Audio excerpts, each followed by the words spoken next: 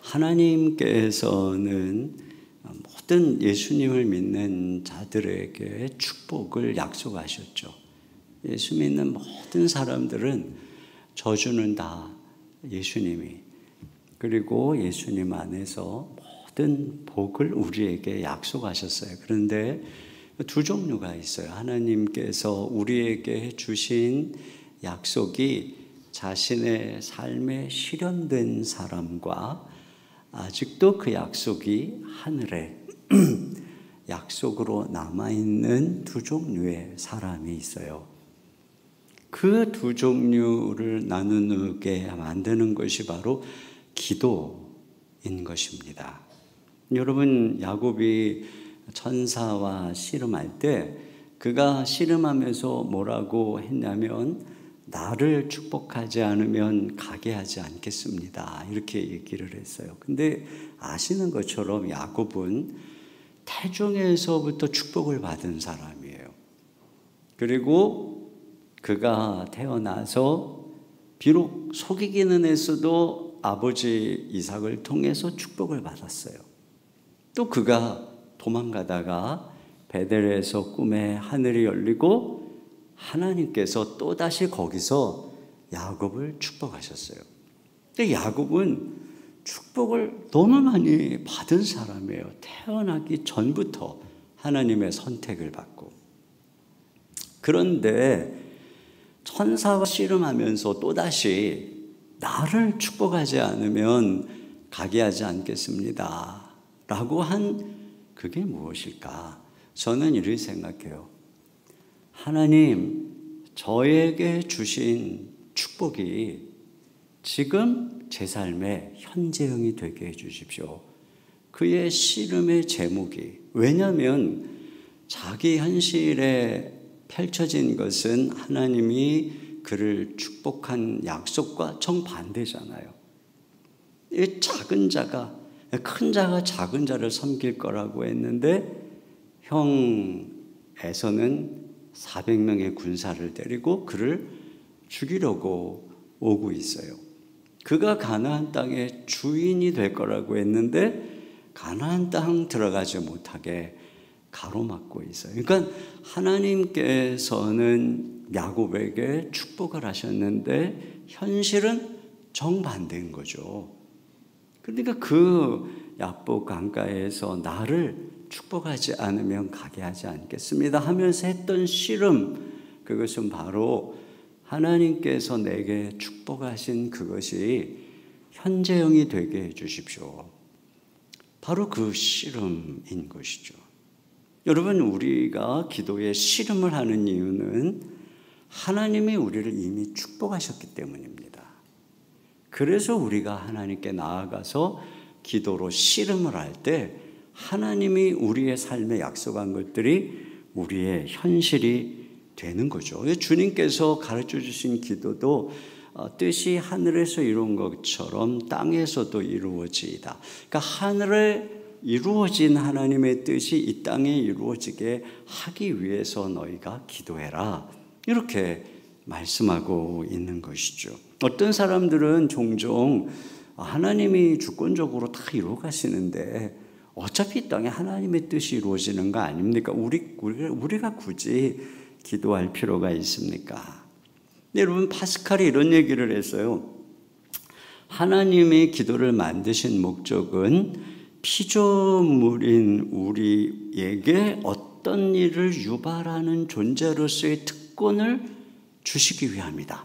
그러니까 이 땅에 어떤 일을 유발하는 특권을 우리가 기도를 통해서 할 수 있는 특권을 주셨다는 것이죠. 그래서 또 C.S. 루이스는 기도를 통해서 하나님의 뜻이 이 땅에 이루어지게 함으로써 하나님이 어떤 사건이 실제로 일어나게 하는 역할을 우리에게 맡기셨다는 것입니다. 그러니까 하나님께서 이 땅에 어떤 일을 이루실 때 우리에게 기도를 시키시고, 그래서 우리가 그 일을 일어나게 하는 특권을, 그런 참 놀라운 일들의 주역이 되도록 해 주셨다는 것이죠.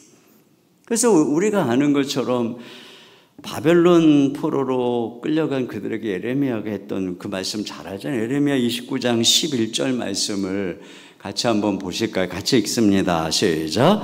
여호와의 말씀이니라.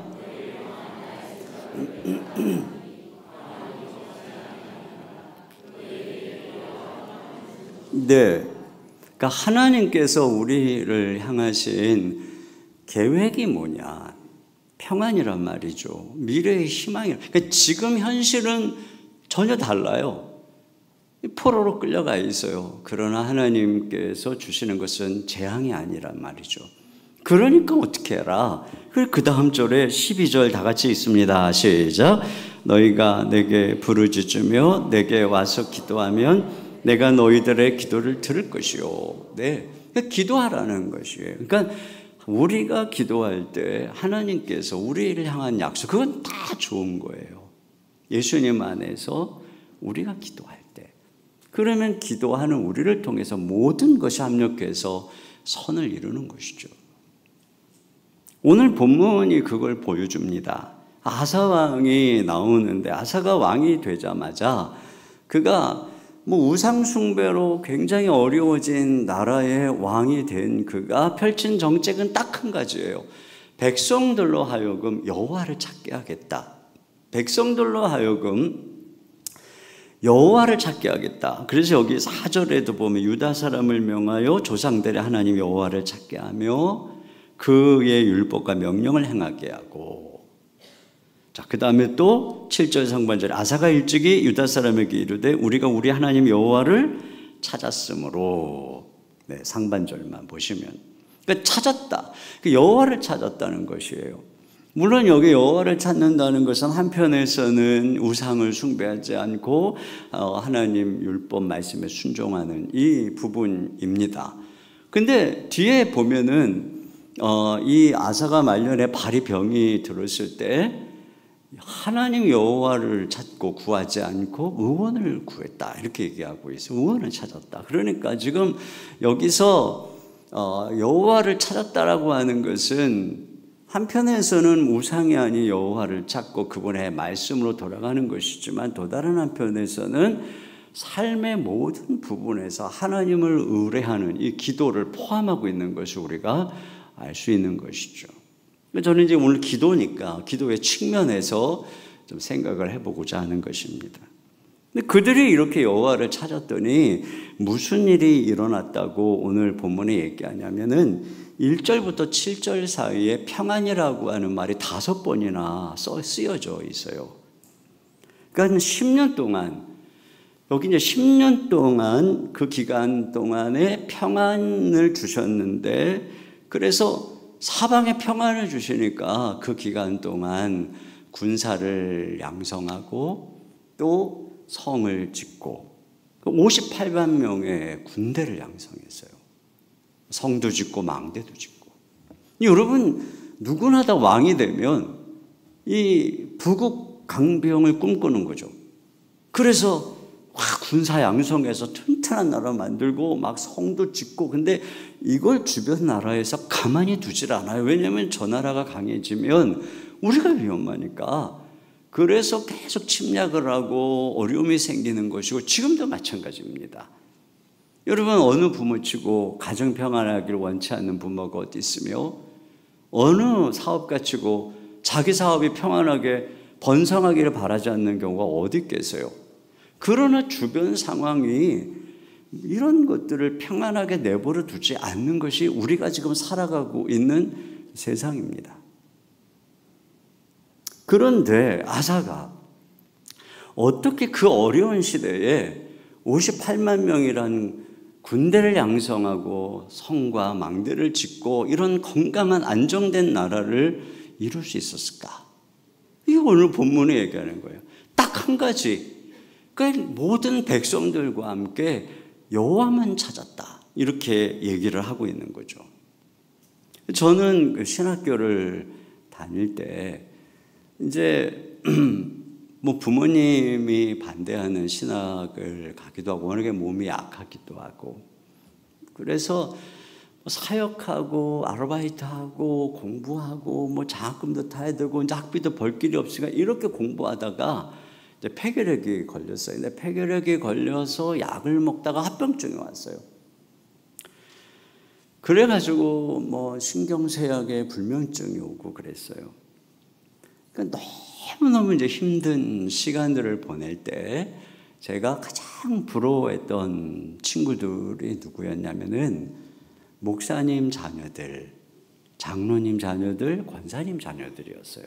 이유가 뭐냐면 저는 그러니까 부모님이 이제 핍박하고 또 교회도 안 나가시고 그런 상황에서 그래서 제가 어느 날 캠퍼스에서 학교에서 신학교에서 새벽에 이렇게 이제 아침에 새벽에 기도를 하는데 지금 이 시간에 나를 위해서 기도해 주는 사람이 누가 있을까? 한 명도 생각이 안 나는 거예요. 한 명도. 근데 내 옆에 있는 친구, 아빠가 목사님이고 어머니가 사모님이고 그게 생각이 나는 거예요. 야, 그래서 얘네들은 별로 고난이 없이 잘 가나 보다. 근데 저는 뭔가 하려고만 하면은 마치 그 운동선수가 운동하러 나갔다가 막 5분 만에 부상당해갖고 벤치에 앉아있는 것처럼 몸 풀다가 뭐 허리 삐끗해갖고 뭐 늘 그랬어요. 항상 어딘가가 아프고 특별히 폐결핵 앓고 불면증에 후유증이 있은 이후로는 무려 10년 넘게 항상 아팠어요. 무엇인가를 하고자 할 때마다 걸려 넘어지는 듯한 고통이 늘 따라다녔어요. 그러다가 제가 딱 만 40이 되던 해예요. 그 즈음에 제 삶에 늘 저를 제가 걸어가고자 하면은 저의 다리를 걸러 넘어뜨리게 했던 병주머니가 뚝 떨어졌어요. 근데 놀랍게도 그때 무슨 일이 있었냐면은 첫째로는 저의 어머니가 드디어 새벽 기도를 하시기 시작한 때가 그 즈음이에요. 물론 저희 어머님이 처녀 때 교회를 다니셨대요. 그리고 저를 가지시고, 그러니까 제가 모태신앙이에요. 근데 그 이후에 삶이 힘드셔가지고 교회를 안 나가신 거예요. 그래서 저는 이제 할머니 손에 이끌려서 갔죠. 그리고 이제 어머님은 나중에 권사님이 되셨어요. 그런데 집은 가난하니까 먹고 살아야 되니까 맨날 일을 하러 나가시고, 아버님은 좀 음주 가무를 좋아하시는 스타일이시고, 그러시니까 어머니 늘 일하시니까 뭐 새벽도 뭐 나가실 수가 없는 거죠. 저희 어머니 믿음의 사람이지만. 근데 아버님이 그 즈음에서 뇌졸중으로 쓰러지신 거예요. 그게 벌써 24년 전. 지금까지도 그러고 계셔요. 근데 아버님이 쓰러지니까 간호를 해야 되잖아요. 일을 하실 수도 없는 상황이 되어버린 거예요. 그러니까 어머님 하실 수 있는 일이 기도밖에 없죠. 그러니까 바로 집 앞에 있는 상가에 있는 그 교회에 매일 새벽마다 기도를 하셨는데 제가 거기 목사님께 여쭤봤어요. 한번 만났죠. 했더니 우리 어머님이 가장 먼저 새벽에 문을 따고 가장 늦게까지 기도하시다가 문을 닫고 가신다는 거예요. 그래서 제가 그 얘기를 듣는데 우리 어머님이 무슨 기도를 하실까? 물론 인생이 힘이 드니까 많은 기도를 하셨겠죠. 그러나 아들이 20대 후반에 신학교를 가서 이제 40이 될 때까지 저렇게 힘겹게 목회를 하고 있는데 내가 아들을 위해서 기도를 안 했구나. 아마 그 생각을 하셨던 것 같아요. 그러니까 우리 어머니가 내가 매일 너를 위해서 기도하고 있다고. 근데 그때부터예요. 진짜 놀랍죠. 또 한 가지 그 즈음에 장모님이 전화가 왔어요. 저희 장인 장모님도 저희가 전도를 했거든요. 근데 그러니까 지금은 이제 권사님이 되셨는데 제가 장가갈 때 엄청 저를 핍박하고 그러셨던 분이에요. 그러는데 어느 날 전화하셔갖고 여보게 내가 지난주부터 새벽에 나가서 항상 자매를 위해서 기도하고 있네. 그 장모님이 기도하기 시작한 거예요. 그리고 제 아내가 저랑 이제 제 33살에 결혼을 했거든요, 제가. 그러니까 7년 정도 지난 즈음이죠. 그 나이에 애를 셋을 낳았어요. 그러니까는 애 낳고 또 키우려면 하면 또 둘째, 또 셋째 이러다 보니까 새벽에도 나갈 수가 없잖아요. 애 셋 키우고 얼마나 힘들어요. 그런데 그때쯤 되니까 이제 애들을 재워놓고 이제 큰아이가 좀 어느 정도 6살이 됐으니까 그래가지고 새벽기도를 나가기 시작한 거예요. 그러니까 물론 이제 저를 위해서 교회에서도 기도해 주는 분들이 그때쯤에 이제 생기기도 했지만 저를 가장 사랑하는 어머니와 아내와 장모님이 새벽마다 저를 위해서 기도를 하기 시작한 때가 그때부터예요. 근데 놀랍게도 그 즈음에서부터 저를 그렇게 괴롭히던 질병 주머니가 떨어졌어요. 그리고 제가 그 즈음에 교회를 개척하겠다고 결심을 한 거예요. 그래서 제가 교회를 개척할 때 그 당시 제가 사랑의 교회 부교육자로 있을 때였는데 다 말렸어요. 그리고 저한테 어떤 사람들이 뭐라 하냐면 와가지고 목사님은 개척 스타일 아니에요. 목사님같이 얌전한 사람은 개척하면 안 돼요. 또 어떤 사람은 목사님같이 약한 사람은 개척하면 죽어요. 제가 워낙에 사랑의 교회에서도 아파갖고 그 당시에 맨날 병주머니 달고 살았으니까 그렇게 뜯어 말렸어요. 제가 교회를 개척했는데 어떤 분이 매일같이 홈페이지를 들여다본다는 거 몇 달 만에 만났는데 그렇게 관심이 많으시냐고 그랬더니 자기가 들여다보는 이유가 혹시 병원에 입원했다는 소식이 언제 올래나 그래갖고 맨날 들여다본다는 거예요. 근데 지난 20년 동안 한 번도 병원에 입원을 안 했어요. 사랑의 교회 부교육자 있을 때보다 교회를 개척하고 지금 20년 동안 여기까지 어떻게 뛰었겠습니까? 제가 정신없이 뛰었죠. 2주 전에도 특별 새벽, 가을 특별 새벽 부흥회 2주간 동안 제가 1시간씩 새벽에 말씀 전하고 30분씩 기도, 4시 50분에 모여가지고 제가 다 했습니다. 말씀 전하고 기도 인도하고. 그래서 지금 약간 제가 지금 후유증이 있는 상황입니다. 그래도 그걸 20년 동안 했습니다. 20년 동안. 뭐 하여튼 그것만 했겠습니까?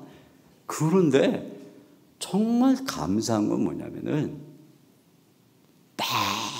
예전에는 조금 달려가려고 하면 걸려 넘어졌는데 이제는 달려갈 수 있는 거예요. 믿음으로 달려가고 그러면 하나님께서 거기서 열매를 거두게 하시고 이런 은혜가 정말 이렇게 지난 20년 동안 제 삶에 펼쳐진 거죠. 저희 교회에 어느 한 분이 저 멀리 이제 서울 저 어느 저 먼 곳에서 이제 수지까지 이사를 오셔가지고 그 당시에 이제 교회가 이제 수지에 있을 때였는데 등록을 하고 저랑 제자 훈련을 받고 났는데 이제 몇 년 지난 거죠. 그때 이제 얘기를 하더라고요. 한 3, 4년 지나고 이제 그쪽에서 그쪽 교회에서도 제자 훈련 받고 순장으로 섬기고 그러시던 분인데 지금 우리 교회 와서 제자 훈련 저랑 같이 받고 다시 이제 순장으로 섬기면서 한 간증이에요. 그게 뭐냐면 처음에 우리 교회에 와서 자기가 하나님께 섭섭했대요. 왜 그래? 그러니까 자기가 이전에 섬겼던 교회 목사님 너무 훌륭하고 그 교회에서도 제자 훈련하고 다 하고 정말 목사님 자기가 존경하고 사랑하는데 남편 때문에 어쩔 수 없이 여기까지 왔는데 근데 그 목사님이 몸이 아프시고 교회가 뭐 좀 이렇게 성장하려고 그러는데 어려움이 생기고 그래 너무너무 마음이 아팠다는 거예요. 근데 자기가 여기 와서 보니까 이 교회는 그분의 뉘앙스가 약간 그런 뉘앙스에 내가 느끼기에는 뭐 이놈 목사가 그 목사님보다 대단하지도 않은 것 같은데 이 교회는 왜 이렇게 성장하고 있나? 그래서 섭섭했다는 거예요. 하나님 참 불공평하십니다. 자기가 처음에 와서 그 생각을 했대요. 근데 이유를 알았다는 거예요. 그 이유가 뭡니까? 그랬더니 그분이 기도의 차이가 있더래요. 그 기도의 차이가 어떻게 있는데요? 그래서 물었더니 자기가 새벽 기도를 왔는데 그때 이제 제가 새벽 기도를 직접 인도해서 그런지 지금보다 더 많이 나왔어요. 성도들의 숫자는 지금보다 작았는데도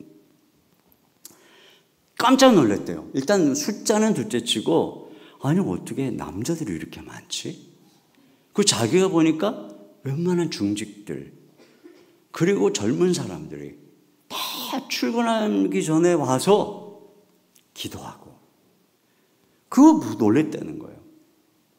또 하나는 자기가 중보기도 사역에 들어가서 중보기도 학교에 들어가서 있다 보니까 그 중보기도실 2개가 있었는데 아침 새벽기도 끝나고 아침 6시부터 밤 11시까지 그 기도실에서 릴레이로 계속 기도가 끊이지를 않더라는 거예요. 그 기도는 전적으로 교회만 위해서 어려운 성도들 위해서 선교를 위해서 기도하는 기도인데 말이죠. 그리고 자기가 주일 예배를 위한 중보기도에 들어갔는데 1부, 2부, 3부, 4부 예배 그 때마다 한 예배 때마다 20에서 30명이 그 기도실에서 기도를 하거든요. 그래서 장로님이 올라가서 대표기도 하면 장로님에서 막 30명이 막 부르짖어서 기도하고 성가대가 찬양을 하면 막 성가대에서 막 부르짖어서 기도하고 제가 딱 올라가면 제가 설교가 엄청 길거든요. 그 45분 동안 50분 동안 쭉 하고 기도를 하는 거예요. 정말 저도 굉장히 감동받는 게 뭐냐면 외부 강사님이 오셔서 이제 설교할 때 제가 한 바퀴 쭉 돌거든요. 그러면 기도실에서 정말 목청이 떠나가도록 수십 명이 부르짖어요. 막 진짜 얼마나 감동해요. 나는 조용조용히 설교하는데 저분들은 기도실에서 쭉 기도를 하는 거예요. 자기가 그걸 다 들어가 보고 굉장히 도전을 받은 거예요. 그래서 이분이 하는 말이 기도의 차이가 있었다는 거예요. 그리고 자기들은 목사님이 힘들어하는 거 뻔히 알면서도 교회가 그런 어려움이 뻔히 알면서도 걱정만 했지 여기 이 교회 더 사랑의 교회 성도들처럼 기도하지 않았다는 거예요. 근데 와서 보니 이놈 목사님 몸 약하고 그런데 더 사랑의 교회 성도들은 진짜 어떻게 저렇게 부르짖어서 저렇게 목사님을 위해서 기도할 수 있을까? 자기가 한편에서 회개하고 한편에서 큰 도전을 받았다는 거예요. 근데 저는 그렇게 생각해요. 다른 건 몰라도 기도의 차이는 정말 중요한 차이다. 저는 그렇게 생각해요. 그러니까 하나님께서 아사에게 평안을 주셨던 것처럼 우리에게 평안을 주신 거예요. 그래서 20년 동안 말이죠. 저는 이 말씀을 그때서부터 붙잡고 그래서 저희 교회는요 10년 만에 예배당을 건축했어요.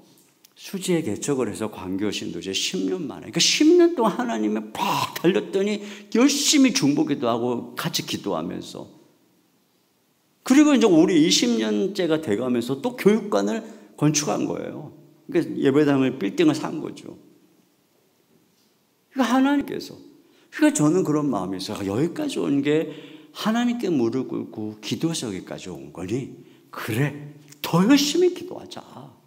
여러분 이 아사가 보면 그래요. 아사가 10년 동안 하나님이 평안을 주셨는데 10년째에 구스가 100만 대군을 이끌고 쳐들어옵니다. 근데 평소에 하나님을 의지하던 사람은 위기의 때도 하나님을 의지해요. 그러니까 하나님만 신뢰하고 나가서 100만 대군을 하나님이 도심 속에서 다 격퇴하고 돌아옵니다. 돌아올 때 선지자가 나타나서 뭐라 그러냐면 너희가 하나님을 찾는 일에는 상급이 있다. 이렇게 격려를 하니까 그때 아사가 더 큰 결심을 해요. 15장에 가면 이제 우리가 더 열심히 하나님을 찾는데 하나님 찾지 않는 자는 죽이겠다. 이렇게까지 결심을 하면서 모든 백성이 여호와 하나님만 찾기로 결단을 내립니다. 그랬더니 어떤 일이 일어나냐면 이 뒤에 가보면 하나님이 그때가 아사 왕 15년 때인데 아사 왕 35년까지 평안을 주셨다고 되어 있어요. 그러니까 15년에 10년이잖아요. 처음에 하나님만 찾을 때 10년 평안을 주셨다고 그랬거든요. 근데 여기서 더 열심히 다시 더 하나님만 전적으로 찾자고 하면서 달려갔더니 하나님이 무려 20년의 평안을 주신 거예요. 정말 저는 이것을 보면서 여기에 지혜가 있다는 거예요. 어떤 사람들 보면 새벽 기도를 안 나오시던 분이 갑자기 나오면 그냥 마음 생각에 어려운 문제가 생기셨나 보다 이런 생각을 해요. 그렇게 나오시다가 어느 날 안 나오면 문제가 해결되셨는가 보다. 그러다가 또 나와. 다시 문제가 생기셨구나. 이런 분들이 얼마나 많은지 몰라요. 대부분이 기도를 이렇게 해요. 어려우면 기도하고 해결되면 좀 쉬었다가 다시 고난 오면 또 기도하고. 근데 여기 아사를 보세요. 어려울 때 열심히 기도했더니 하나님이 우리 가정과 사업에 평안을 주셨다. 그러면 여기서 지혜를 얻어야 되거든요. 그렇구나. 여기서 할 길이 여기 있구나. 그래서 더 열심히 기도하면 하나님이 그 다음 어떻게 더 큰 2배의 평안을 주시는 거예요. 우리가 고난의 때에 하나님께 기도하고 여호와만 찾으면 축복을 주세요. 평안을 주세요. 평안의 때에 여전히 하나님을 찾으면 우리가 복의 통로가 되는 거예요. 그러니까 이게 중요한 것이죠. 그러니까 우리가 고난의 때에 하나님께 열심히 기도해서 받는 축복은 진짜 축복이 아니에요. 그건 시험이에요. 근데 축복의 때에 여러분이 하나님 앞에 기도할 때 그게 진짜 축복이 되는 거거든요.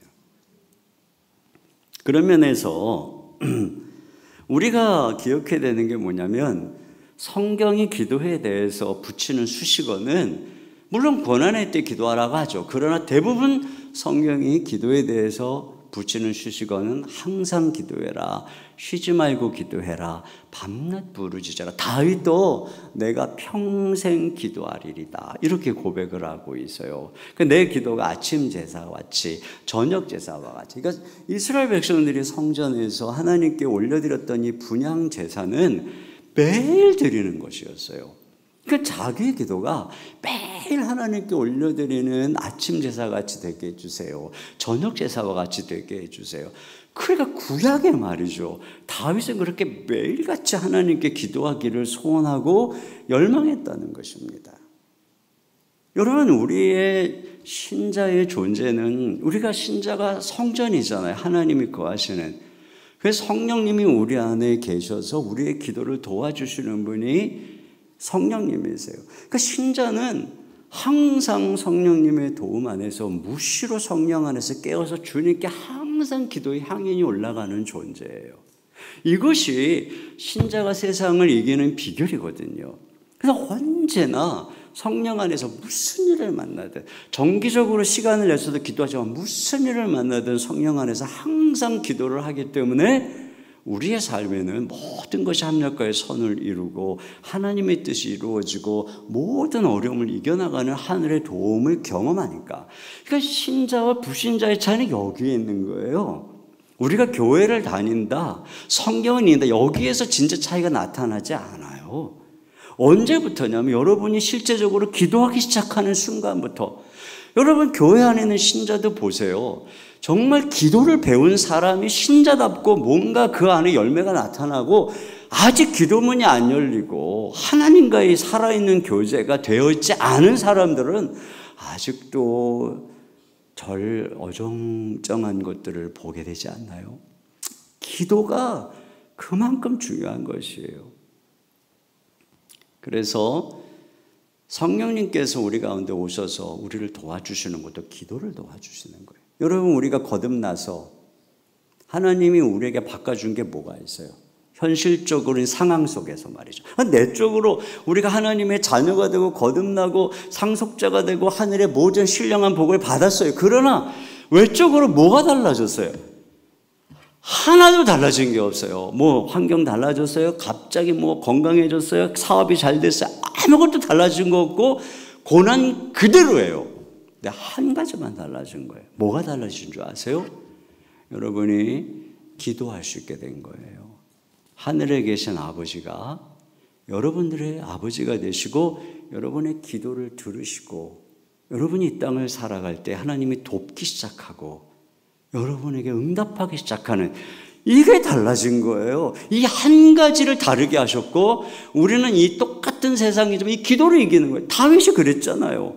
그가 왕으로 기름받고 뭐가 달라졌어요?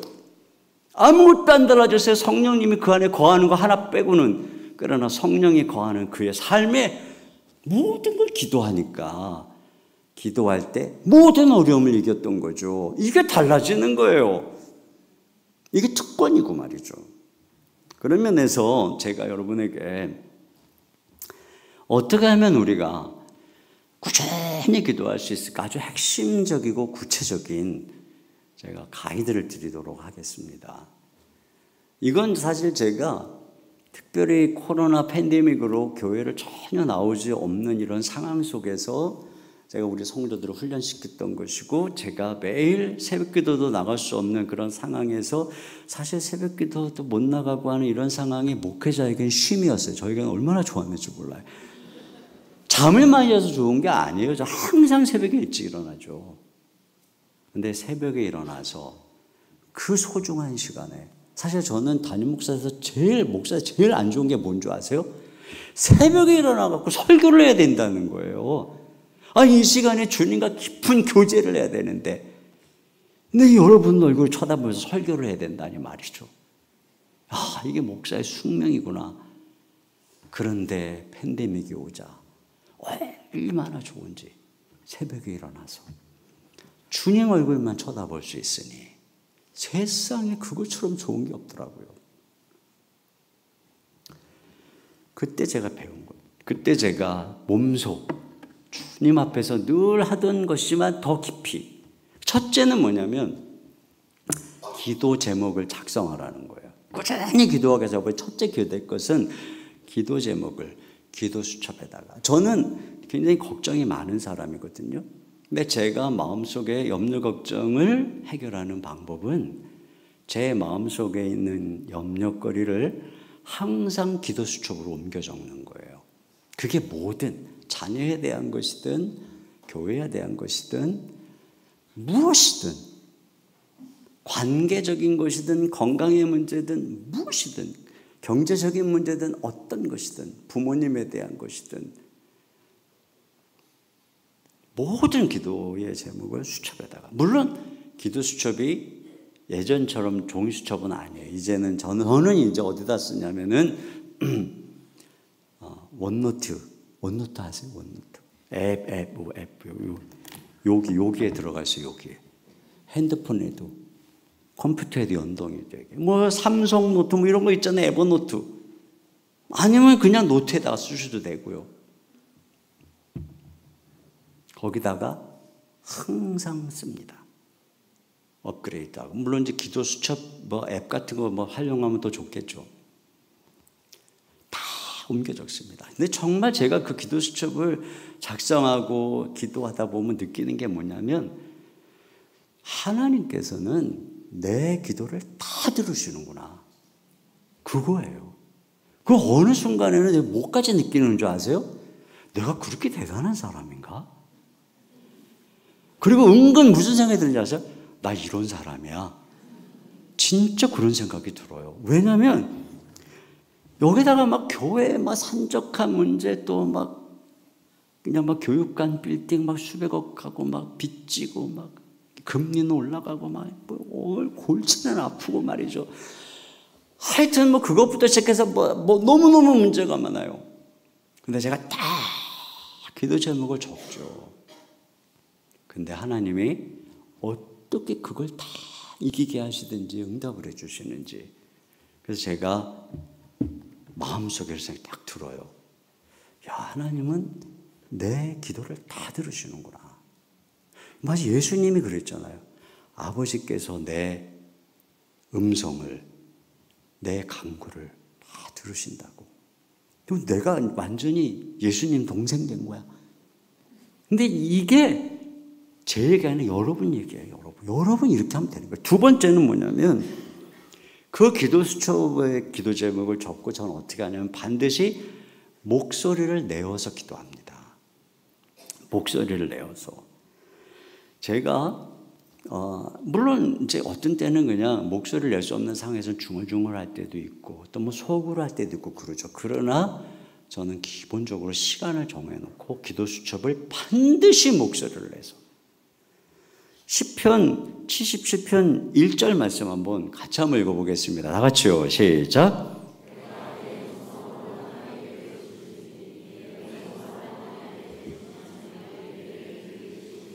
네. 이게 보세요. 여기 지금 뭐라 그랬냐면 내가 내 음성으로 하나님께 부르짖으니 내가 내 음성으로 하나님께 기도하면 하나님이 들으시리로다. 이렇게 말씀하고 있는 것입니다. 음성으로. 그래서 이 말씀을 붙잡고 하는 거예요. 아, 하나님이 내가 음성으로 기도하는 걸 원하시는구나. 여러분 진짜 신기한 게 제가 이제 아침에 새벽에 딱 눈을 뜨고 방으로 딱 가잖아요. 그러면 저는 오랫동안 말씀을 묵상하고 훈련하고 생각하는 훈련이 돼 있어서 말씀을 펴놓고 묵상하고 그걸 기록하고 이런 걸 하면은 1시간, 2시간, 3시간도 금방 지나가요. 하나도 안 힘들어요. 근데 뭐가 힘든 줄 아세요? 그 피곤한 새벽에 목소리를 내서 기도하는 게 힘들어요. 생각으로 하는 건 너무너무 쉬운데 내 목소리를 내는 게 너무 힘들어요. 그러나 제가 이 약속의 말씀을 붙잡고 기도 제목 딱 놓고 시간을 정해놓고 목소리를 냅니다. 하나님 아버지, 놀라운 게 그 앞에 말씀을 묵상하며 그 말씀의 은혜도 받으면서 이렇게 딱 주님을 생각할 때도 주님의 임재를 경험하지만 제가 하나님 아버지 하는 순간에 주님이 내 옆에 딱 와 계시는 걸 느껴요. 이걸 하루만 느꼈으면 내가 이렇게 말도 안 해. 부를 때마다 가만히 있을 때는 아무 일도 안 일어나. 내가 목소리 음성을 내서요. 하나님 아버지 그러면서 목소리로 주님께 대화를 하고 있으면 어느새 주님이 내 옆에 임재하고 내 목소리에 귀를 기울이고 계시는 것을 느껴요. 야, 진짜 주님이 내 음성을 들으시는구나. 여러분, 연인끼리 뭐 서로 좋아해도 마음이 아무리 그래도 말을 해야지 저 사람이 나를 좋아하는지 안 하는지 알지. 막 속으로 막 이러면 몰라요. 여러분, 갑순이와 갑돌이가 서로 사랑했어요. 둘의 마음에는 서로뿐이었어요. 그러나 만나면 안 그런 척 했어요. 그러니까 어느 날 갑돌이가 화가 나서 장가를 가버렸어요. 장가 간 날 첫날 밤에 달 보고 울었어요. 갑순이도 화가 나서 시집에 갔어요. 시집 간 날 첫날 밤에 달 보고 울었어요. 둘이 서로 사랑하는데 서로의 마음에는 자기들 뿐인데 왜 둘 다 달을 보고 서로 울고 있을까? 말을 안 해서 그런 거죠. 말을 안 해서. 여러분, 이 말이 중요해요. 우리가 성경에 보면 사람이 마음으로 믿어 의에 이르고 입으로 시인하여 구원에 이르니라 그러잖아요. 마음으로 믿는 거는 믿어지는 거예요. 내가 믿자 이게 뭐 마음으로 믿어집니까? 주님이 은혜를 주시니까 마음으로 믿어지는 거예요. 입으로 시인하는 거는 그 어려운 시대에 내가 입으로 시인한다는 건 공동체적으로 고백한다는 것일 수 있어요. 그 시대에 세례를 받는 고백일 수도 있어요. 그것이 많은 손해를 주는 것일 수도 있습니다. 그럼에도 불구하고 마음으로만 믿는 게 아니라 내가 입으로 시인하면 구원을 받으리라. 이렇게 얘기하잖아요. 이게 뭐겠습니까? 우리가 마음으로만 믿어갖고는 안 되는 거예요. 입으로 입으로 시인하는 것 자체가 뭐예요? 내 전인격적 반응의 첫 출발인 것입니다. 기도라고 하는 것도 뭐래요? 성경에 너희가 전심으로 나를 찾고 찾으라고 그러잖아요. 그 전심, 내 모든 전인격을 동원한 전심의 첫 출발이 어디에 있을까요? 마음만 갖고는 안 된다는 것입니다. 입을 열어야죠. 입을 여는 것도 못하면서 아니 어떻게 그게 전심 기도가 될 수 있겠어요? 여러분 한번 정직하게 성경에서 사람들이 어떻게 기도를 했는지 성경은 우리에게 어떻게 기도하라고 하는지를 찾아보세요. 제가 언젠가 교회에서 침묵 기도를 가르치려고 성경의 침묵 기도에서 어떻게 가르치는지를 다 찾아봤어요. 너무너무 찾기 어려웠어요. 말씀 묵상은 조용히, 하나님은 잠잠히 기다리라고 했지만 내가 하나님께 간구하는 것을 생각으로 속으로 침묵으로 하라는 어떤 구절도 찾아볼 수가 없었을 뿐 아니라 도리어 제가 찾은 건 뭐냐면 대부분의 하나님을 향한 간구는 부르짖어라였어요. 단지 말도 아니에요. 부르짖어라. 한번 정직하게 성경을 놓고 보세요. 다 부르짖어라, 부르짖어라, 부르짖어라. 음성으로 얘기해라. 여러분이 침묵으로 하지 말라는 게 아니에요. 때때로는 주님 앞에 깊이 침묵하는 것들이 필요하죠. 그 순간 하나님과 더 많은 이야기를 하게 되는 것을 경험하기도 합니다. 그러나 기본적으로 내 목소리를 내어서 하나님께 부르짖고 기도하는 것들 속에서 침묵이 힘을 발휘하는 거지. 평소에도 침묵하는데 계속 침묵하다 그러면 깊은 침묵에 빠져서 주무시는 거예요.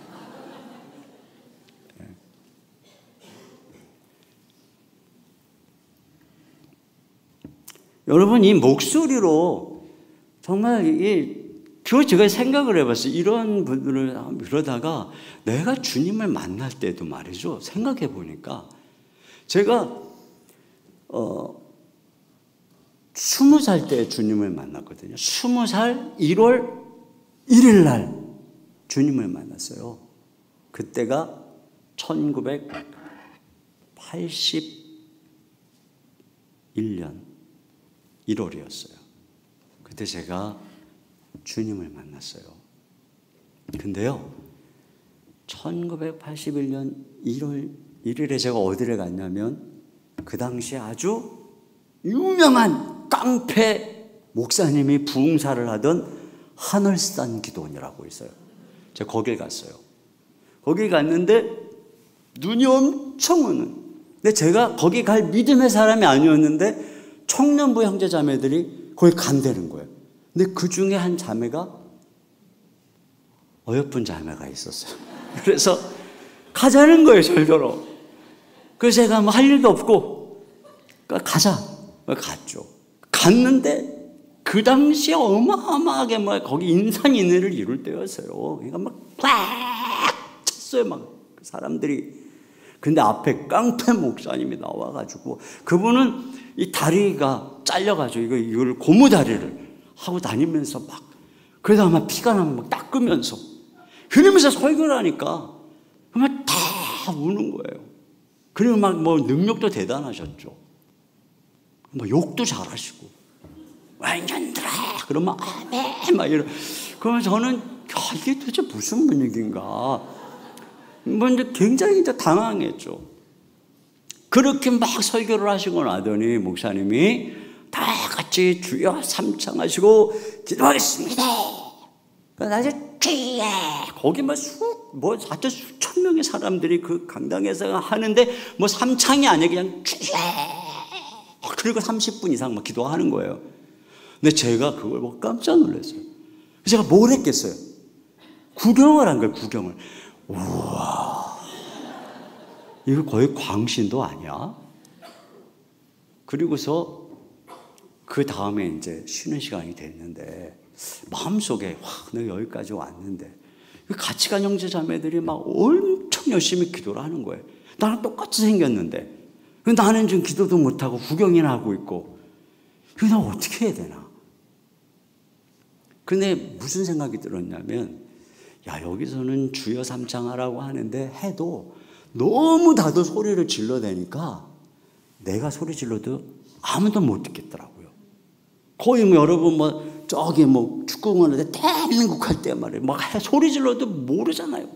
거의 그런 분위기보다 더 했어요. 그래서 마음속에 다음 집회 때는 까짓거 나도 한번 해볼까? 그런 생각이 들어가지고 설교 들으면서 하여튼 무슨 말 하는지는 거의 잘 들리지도 않았고 그 시간만 기다렸어요. 주여 삼창할 시간만. 그리고 드디어 주여 삼창. 아주 다 같이 주여 삼창하시고 들어오겠습니다. 그러는데 제가 첫 판에는 참아 못하고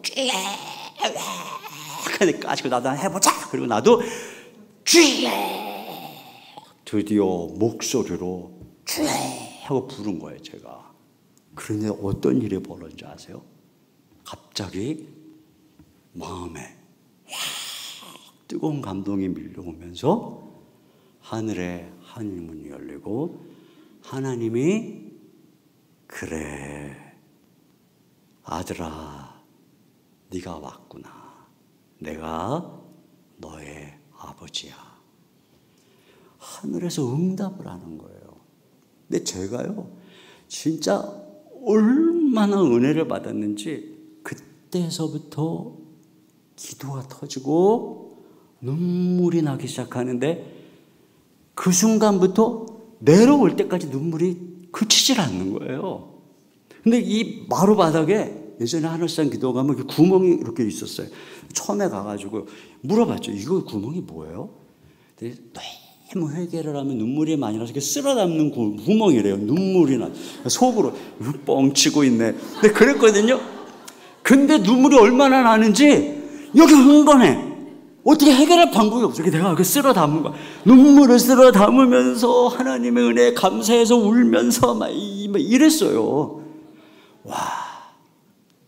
제가 집이 너무 우리 집이 진짜 가난했어요. 우리 반에서 제일 가난했어요. 학교 다닐 때. 그때 제가 몸도 약하고 공부도 잘하는 것도 아니고 열등감 많고 그러니까 저는 그 어려운 시절 또 부모님 맨날 싸우고 다투고 그 시절에 저의 주 생각을 저희가 하는 공상에서 나는 공상, 상상 공부하는 시간 내가 왜 공부를 못했냐면 생각하느라고 상상하느라고 공부를 못했어요. 내가 무슨 상상을 했냐면 공부를 했을 때가 갑자기 어떤 사람이 교실 문을 딱 열고 들어오는 거예요. 오늘 대개 회장이. 그러면서 여기 이인호라는 학생이 있냐고. 내 잃어버린 아들이라고. 이런 상상을 제가 매일 했어요. 와, 근데 그날 현실이 이루어진 거야. 하늘에 계신 하 회장님께서 저한테 네가 내 아들이다. 와, 내가 진짜 맨날 공상하던 게 드디어 이루어졌어요. 그때서부터 제 인생이 달라진 거예요. 그 달라지게 만드는 한 가지가 뭔지 아세요? 입을 열어서 주여 이거 하나였어요. 다른 거 한 것도 없어요. 그래서 사실 교회에서 입술 열어서 기도하고 주여 삼창하고 이런 게 필요한 거예요. 아버지 하고 말이죠. 이 얘기 하다 보면은 이제 끝내야 되는데 목사님은 막 한없이 하라는데 저는 집에 가서 자야 돼요. 사실 저는 10시에서 10시 반에 자거든요. 지금 취침 시간이 다가와가지고 이제 세 번째는 뭐죠? 첫째는 기도제 수첩을 작성하라는 거고 두 번째는 목소리를 내서 그 기도 수첩의 내용을 읽으라는 거예요. 하나님 앞에 내 목소리로. 세 번째는 더 쉬워요. 딱 하루에 5분씩만 매일 하는 거예요. 10분도 아니에요. 6분도 아니에요. 5분만 하자는 거예요. 5분만. 하루도 안 빼고. 제가 말씀드린 초점은 뭐냐면 기도를 어느 날 하루에 몇 시간 하는 것도 필요해요. 근데 우리가 뭐든지 습관이 되고 체질화해야지만 유익이 돼요. 운동도 어쩌다 하루 10시간. 그럼 몸살밖에 더 나요. 근데 매일 하면 그게 내 몸에 유익을 주고 내 체질이 되는 것처럼 기도도 똑같아요. 그 반복을 통해서 기도가 내 것이 되는 거예요. 뭐든지 내게 됐을 때 유익이 돼요. 운동도 수영도 저런 피아노를 치는 것도 끊임없이 10만 시간, 1만 시간의 법칙 있잖아요. 10년 동안 열심히 하면 1만 시간을 법칙을 통과했을 때 결국은 전문가적인 시각이 열리는 거거든요. 그러니까 기도도 마찬가지라는 거죠. 그런 면에서 물론 열심히 하시는데 저는 여러분에게 5분만 하자는 거예요. 5분만 하루도 빼지 말고. 이게 중요해요. 근데요, 5분이 짧은 게 아니에요.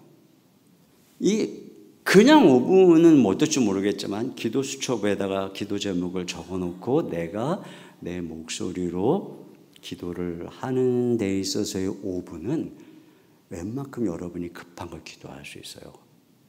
그래서 하나님께 다 기도하는 거예요. 근데 5분을 하다 보면 5분 만에 끝내는 게 되게 어려워요. 막상 하다 보면 할 말이 많거든. 그때는 굳이 안 끝내도 괜찮아요. 그럴 때는 5분만 하자는 거죠. 5분만 하세요. 그러나 그렇게 자꾸 5분씩 한 일주일을 하잖아요. 그 어느 순간에 나도 모르게 자꾸 6분도 하고 7분도 하고 10분이 쉬워요. 그 어느 순간에 하다 보면 저는 매일같이 5분만 하자는 마음으로 기도를 해요. 근데 하다 보면 언제 1시간이 돼 있어. 항상 그래요. 이 기도라고 하는 것이. 하는 게 중요하거든요. 5분만 하자. 그래서 읽는 거예요. 그리고 하루를 시작하는 거죠.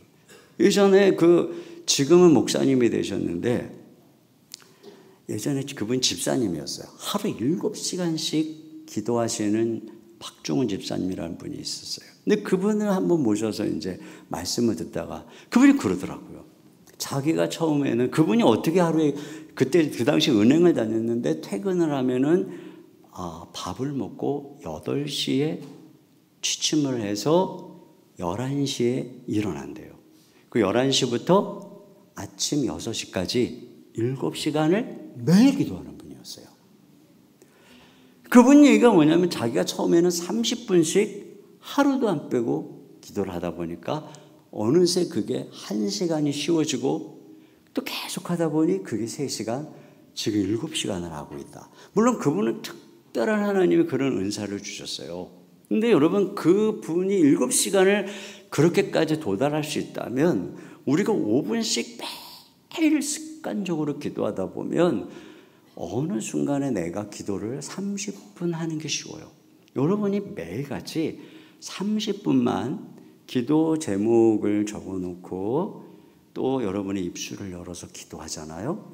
여러분 자신의 기도 중 웬만한 거, 교회를 위해서 또 주변을 위해서도 상당한 기도를 올릴 수 있어요. 이게 엄청나게 중요해요. 여러분 이렇게 지속적으로 기도를 하면은 가장 첫 번째 유익이 뭐냐면 내가 매일의 염려에서 벗어나서 오늘 하루에 집중할 수 있게 돼요. 우리에게는 오늘이 다예요. 그죠? 어제는 지나갔고 내일은 아직 오지 않았고 지금 우리는 항상 지금 이 순간을 살고 있는 거예요. 그러니까 마귀가 공격하는 것은 항상 오늘이죠. 지금을 공격하는 거예요. 무엇으로? 염려로. 과거에 대한 후회와 내일에 대한 염려로 우리를 계속 공격해서 우리를 끊임없이 염려로 마비시켜서 지금 이 순간을 못 살게 하는 거예요. 그렇게 계속 염려하면서 살다 보면 정말 염려하는 미래가 생기는 거죠. 우리에게 중요한 게 뭐냐면 지금 이 순간을 살아가는 거거든요.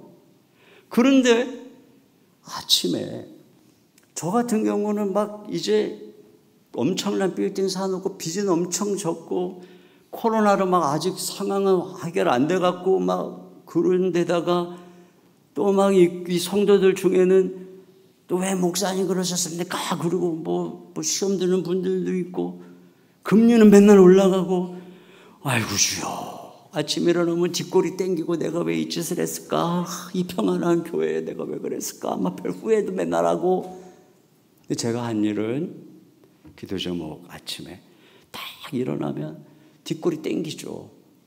근데 놀라운 게 뭐냐?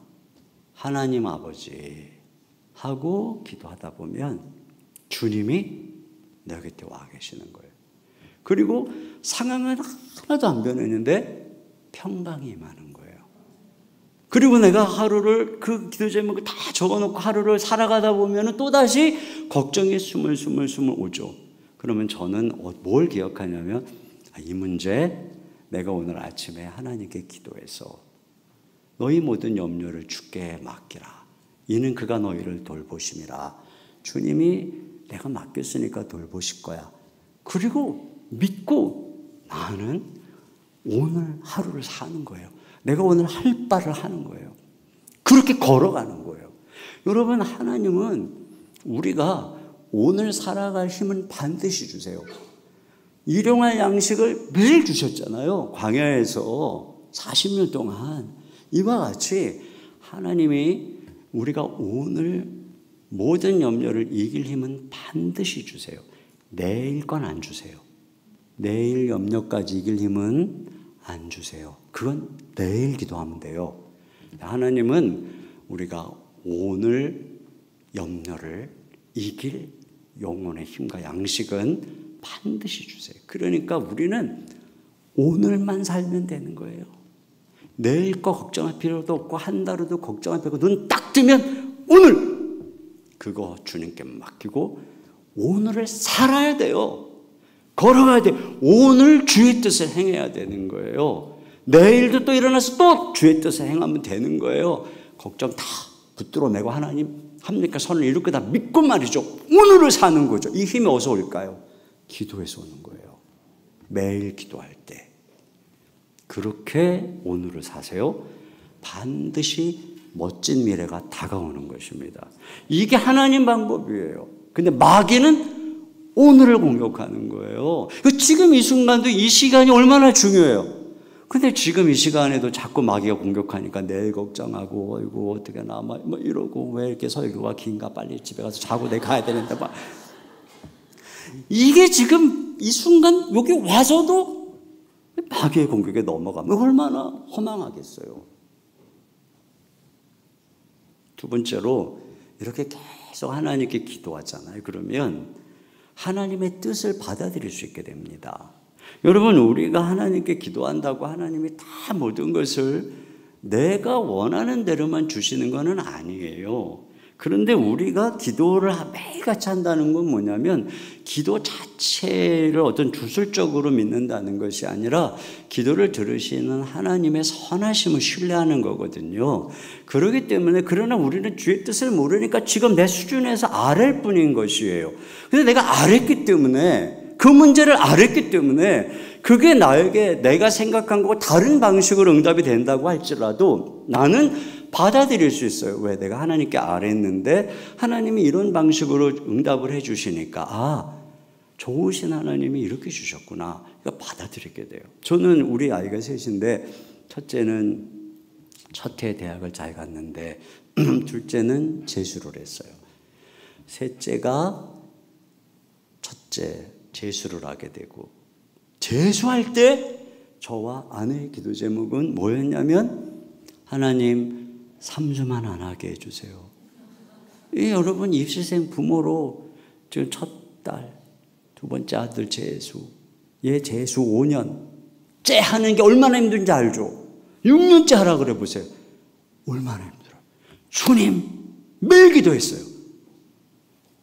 열심히 기도하면서 하나님 3수만 안 하게 해주세요. 걔가 시험 보러 들어갔을 때 아침부터 물론 우리 성도들을 위해서도 자녀들 기도했지만 시험 끝나는 시간까지 시간 기도했어요. 근데 기도하다 보니 막 성령이 은혜를 주시고 평강을 주시는데 대박났다 막 이런 막 확신이 들더라고요. 근데 무슨 생각까지 했냐면 기자들이 찾아오는 거 아닐까 뭐 이런 생각까지 했어요. 그리고 딱 시험장에 갔는데 아이의 눈이 퉁퉁 불어서 말하는 첫 대답이 뭐였냐면 아빠 3수해야 될 것 같아 그랬어요. 제가 어떻게 반응했을 것 같아요? 실망했을까요? 안 했을까요? 당연히 하죠. 어떻게 실망을 안 하겠습니까? 기대하고 갔는데 삼수할 것 같다니까. 그러나 잠시 후에 제가 무슨 생각을 했냐면, 이거 기도 응답이다. 기도했잖아요, 1년 동안. 근데 이 응답을 받았으니까. 얘가 실수한 것도 하나님 섭리 안에 있는 거니까. 그래서 제가 아내한테 뭐라 그랬냐면, 우리 막내가 언니한테 치이고 오빠한테 치이고 사랑의 젖이 부족한가 봐, 여보. 하나님이 얘에게 삼수할 때까지 우리가 너를 얼마나 사랑하는지 사랑의 젖을 더 먹이시라는 신호 같아. 그래서 우리 1년 동안 열심히 허리 졸라 매고 밀어주자까지 거. 얘 어렸을 때 못 먹어 사랑의 보약 먹이다고 생각하고 기쁨으로. 그래갖고 얘가 삼수 학원을 등록할 때 완전 명문대 들어간 것처럼 기쁨으로 보냈어요. 하나도 내색도 안 하고. 그랬는데 얘가 말이죠. 그 삼수를 하면서 얘가 그러는 거야. 아빠, 진짜 왜 이렇게 마음이 평안하지 모르겠다고. 항상 머리가 복잡하고. 근데 이렇게 공부가 잘 될 수 없다고. 쉼없이 그 아이를 격려해서 미안하니까 삼수까지 하고. 근데 그 삼수를 하는 기간 동안 아이가 완전히 바뀌었어요. 사실 이 아이가 우리는 몰랐는데 고등부 목사님이 와가지고 애랑 상담하면서 이 아이 지금 심각하다고, 자해 충동도 느낀다고 그랬어요. 그러니까 막 상담도 데려가고 막 열심히 기도하고 막 그랬었거든요. 그러니까 막 우리는 그렇게 열심히 막 했어요. 그리고는 결국은 이제 마지막 때는 어떻게 자기가 원하는 이제 대학을 가게 됐는데, 그렇게 제가 반응할 수 있었던 이유는 기도했기 때문이에요. 어떤 분들은 기도했기 때문에 하나님 왜 안 들어 이럴 수 있죠. 그러나 진짜 기도했기 때문에 받아들이게 되더라고요. 우리 첫째는 미국에 유학을 갔다가 이 아이가 비자가 나와야 되는데 그 취업 비자가, 공부도 잘했어요. 그래서 우등으로 졸업을 했어요, 대학원에서. 그리고 엄청나게 좋은 회사에서 오라 그랬어요. 근데 비자 정책이 바뀌어가지고 비자를 네가 알아서 해오라는 거예요.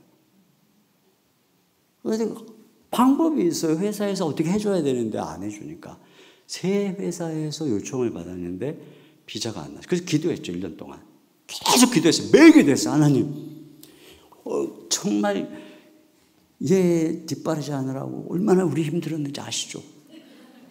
근데 이제 가서 돈 좀 벌어야 됩니다. 저 달러를 벌어야 되는데 주님 제발 도와주십시오. 그랬는데 결국은 들어오게 됐어요. 비자가 안 나왔어요. 그래갖고 얘가 집에 와서 한 6개월을 실업자로 놀면서 아침에 일어나갖고 아빠 그러면서 저랑 이제 맨날 놀고 산책하고 그랬는데 너무너무 행복한 거예요. 와, 왜 그랬냐면 이게 기도 응답이다. 1년 동안 한 기도 응답이다. 그래, 얘 시집 가기 전에 이렇게 이때가 아니면, 이 실업자가 아니면 내가 언제 이 딸하고 이렇게 산책을 할 수 있을까. 그래서 매일 유학까지 시키고 갔더니 집에서 놀고 있는 딸을 매일같이 보면서 얼마나 해피했는지 몰라요. 진짜 해피했다니까요. 너무 행복하다. 그래, 얘가 미국에서 달러를 엄청 벌어오는 것도 좋지만 이 딸의 존재 자체가 나같이 이렇게 매일같이 이렇게 산책하는 얼마나 기쁜가. 지금은 이제 취업을 했습니다. 요즘 바빠갖고 산책을 할 수가 없어요. 근데 진짜로 제가 그렇게 반응을 할 수 있었던 이유는 기도했기 때문이에요. 정말 그렇습니다. 여러분, 기도하면 하나님의 가장 좋은 길을, 그게 아닌 것 같지만 결국은 하나님이 어떻게 해서든 가장 좋은 길을 응답해 주시는 거예요. 더 뒤에 할 얘기가 많은데 더 하면 저도 졸리고 여러분도 졸릴 것 같아서 한 가지 얘기만 하고 마무리하면, 간단하게 한 결론만 내리면, 이게 기도를 계속하면은 결국은 우리 인생의 전성기가 옵니다. 그래서 이게 아사도 기도하는 기간 동안 전성기였다가 막판에 기도 안 하면서 쇠락합니다. 히스기야도 보면 막 기도하는 기간 전성기에, 다니엘도 보면은 매일 하루에 3번씩 기도하는, 그 다니엘서 6장에 기도할 때 나이가 이미 80이 훨씬 넘을 때예요.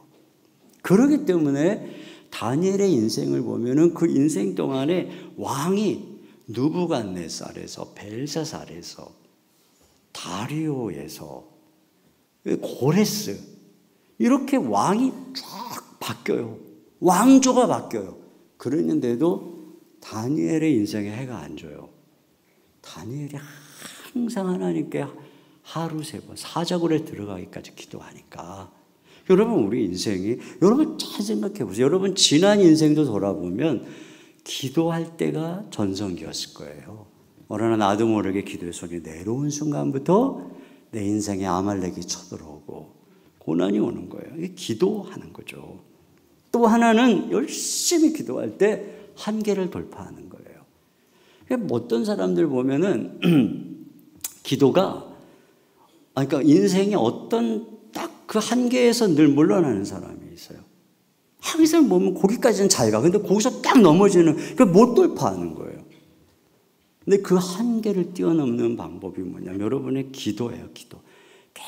계속 기도하고 기도의 수위를 높이면 결국은 내가 한계를 뛰어넘는 내면의 믿음과 영성이 생기고 주님과 깊이 교제하게 되고, 내가 문제가 있을 때 기도하는 것은 문제 해결하면 끝이에요.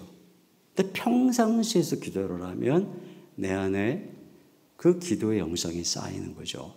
내가 사역을 위해서만 성령을 구하면 사역으로 끝나요. 성령의 사역이.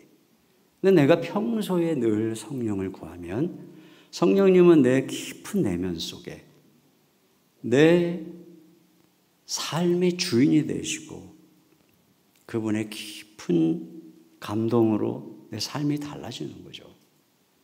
그러면 결국은 주님과의 이 교제의 힘이 내 삶의 일상에서 나타나는 거예요. 한계를 뛰어넘는 믿음이 생기는 거예요. 다른 때는 그 정도면 두려워했고 물러났는데 그걸 뛰어넘을 수 있는 힘이, 믿음이, 주님 믿음으로 바라보고 걸어갈 때 무리를 걷는 역사가 나타나는 거죠. 이런 일들이 바로 매일매일 기도할 때 나타나는 것이고, 마지막으로 이렇게 기도할 때 후세 영향을 미치는 것입니다. 이게 지금 아사 얘기했고 제가 히스기야 얘기했지만 자기 때 열심히 하다가 다 찾아먹고 죽었어요. 그런데 아브라함을 보면 일평생 하나님을 경외하니까 결국은 아브라함으로 인해서 후손이 복을 받잖아요. 다윗도 밧세바 일 외에는 끝까지 하나님을 경외하니까 다윗 때문에 후손을 축복하잖아요. 여러분, 우리가 무슨 일을 할 때, 직분을 맡았을 때만 열심히 하는 것 갖고는 후손에게 영향을 못 미쳐요. 죽을 때까지. 믿음은 죽을 때까지 믿는 거예요. 믿음이라고 하는 것은 내가 천국을 따놓고 대강 사는 게 아니에요. 믿음은 내 전 일평생을 다 들여서 천국을 사는 게 믿음이에요.